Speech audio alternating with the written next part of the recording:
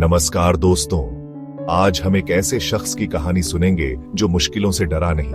उसने ठोकरें खाई, गिर पड़े ढा, लेकिन हार नहीं माना। यह कहानी है हजरत यूसुफ की, जिनके जीवन से हम सभी सीख सकते हैं। यूसुफ का बचपन खुशियों से भरा था। पिता याकूब उन्हें बहुत प्यार करते थे।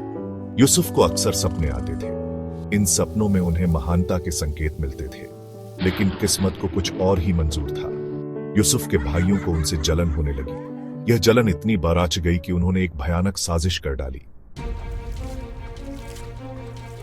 यूसुफ के भाई उन्हें कुएं में फेंक देते हैं।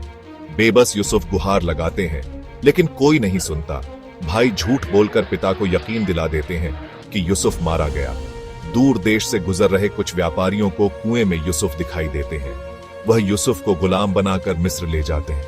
एक अनजान देश, एक अनजानी जिंदगी। यूसुफ के लिए यह सफर कितना मुश्किल रहा होगा, आप सोच भी नहीं सकते। मिस्र में यूसुफ को अजीज के यहां बेच दिया जाता है। अजीज मिस्र के राजा के बाद सबसे ताकतवर व्यक्ति होता है। यूसुफ अपनी होशियारी और मेहनत से अजीज का विश्वास जीत लेते हैं, लेकिन किस्मत को मानो अभी और इम्तिहान लेने थे। झूठे इल्जाम में फंसाकर यूसुफ को कैद कर दिया जाता है। अंधेरी स्याह कोठरी में भी यूसुफ हिम्मत नहीं हारते। वह अपने ईमान पर अडिग रहते हैं। कैद में यूसुफ की मुलाकात दो कैदियों से होती है। ये दोनों कैदी राजा के नौकर हुआ करते थे। एक दिन दोनों को सपने आते हैं। यूसुफ इन सपनों का अर्थ बताते हैं। उनका कहा सच साबित होता है। समय बीतता है। एक दिन राजा को भी अजीबोगरीब सपने आते हैं। कोई भी इन सपनों का मतलब नहीं समझ पाता।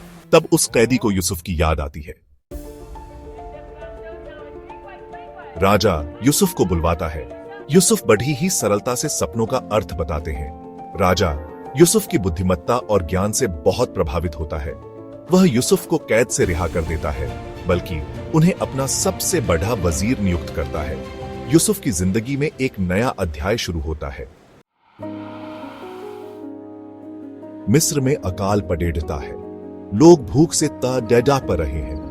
यूसुफ अपनी दूरदर्शिता से अनाज का भंडारण करते हैं।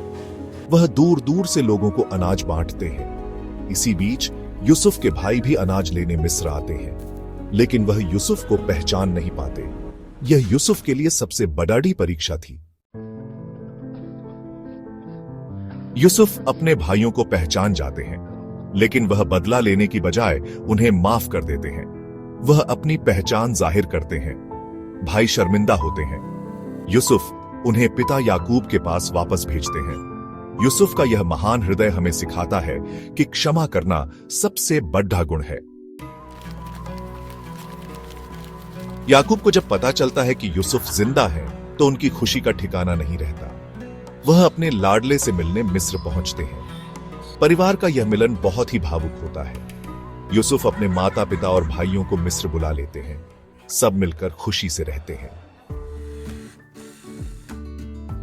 दोस्तों, यूसुफ की यह कहानी हमें बहुत कुछ सिखाती है। यह कहानी हमें बताती है कि जिंदगी में मुश्किलें आती हैं, लेकिन हमें हिम्मत नहीं हारनी चाहिए। ईमानदारी, सच्चाई और मेहनत से हम हर मुश्किल को पार कर सकते हैं। यूसुफ की कहानी एक प्रेरणा है हम सभी के लिए।